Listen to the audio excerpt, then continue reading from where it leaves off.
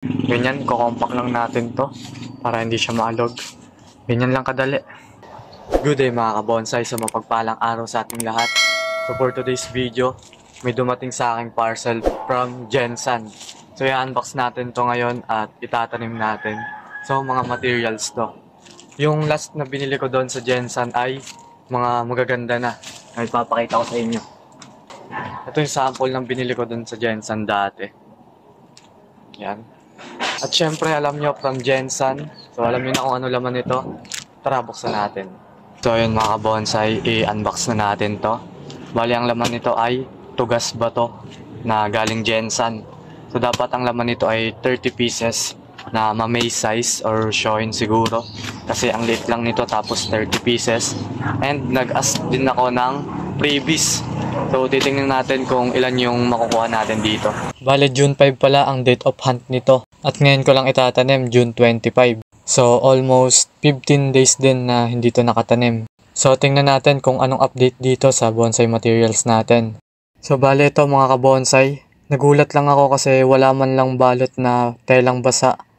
Kasi almost 15 days nga to na hindi nakatanim. So baka kasi ma-dehydrate tong puno. At wala man lang tong moist. So ngayon ito-check natin kung may sign of life pa ba tong mga to. Kasi ang dami din nito. So yan, kung kita nyo dito, may sariwa pa naman yung ano niya. Yung puno. Ngayon, bibilangin natin.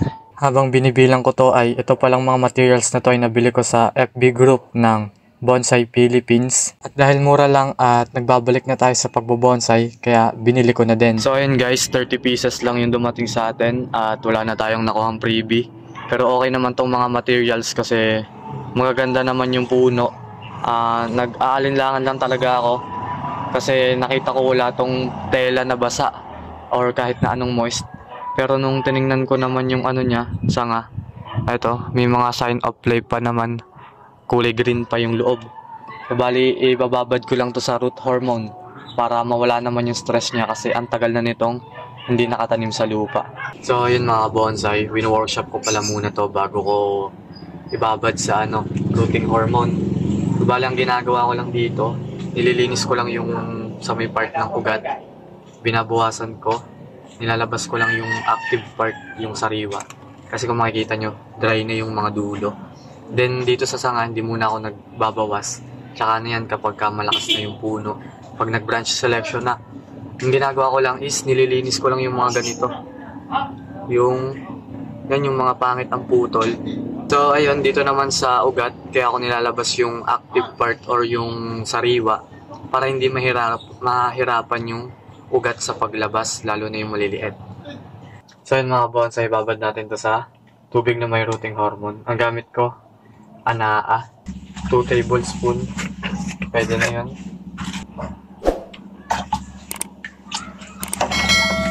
Lagay ko lang to isa-isa at ibababad ko to ng mga 1 oras o higit pa bago ko itanim. Yan, basahin ko lang din pala yung buong puno. Mga kabonsai, na prepare ko na yung tataniman natin nung tugas na binili natin. Ang media na gamit ko ay river sand. At ito yan, nakasako pa. Magandang river sand to. I-share ko lang sa inyo yung diskarte na ginagawa ko ngayon sa pagtatanim. Bali ang media na gamit ko ay river sand, di ba? Ang gagawin ko lang ay lalagyan ko lang siya nung medyo malalaki ang butel. May nakatabi na ako dito para maganda yung drainage niya. Tapos lalagyan ko naman itong yung bago nating bili.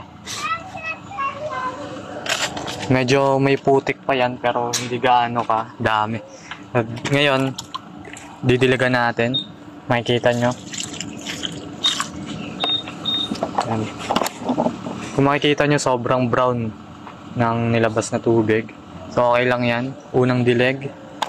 Yung pangalawa, titingnan natin. Yan, medyo okay na. Ito pangatlo. Yan, makita nyo. Medyo clear na yung tubig. So ganyan lang yung ginagawa ko. Kalahati lang muna. Makikita nyo, naging compact na din yung pinakakalahati. So ang gagawin ko na lang na next ay Pag nilagay ko na yung materials, tsaka na natin pupunuin. So ayan mga bonsai, meron na tayo ditong ilang available na matataniman. So magsisimula na tayo magtanim. So itong malaki na yung uunahin nating itanim. Yan, lagay lang natin dyan. Yan lang natin ang libusan.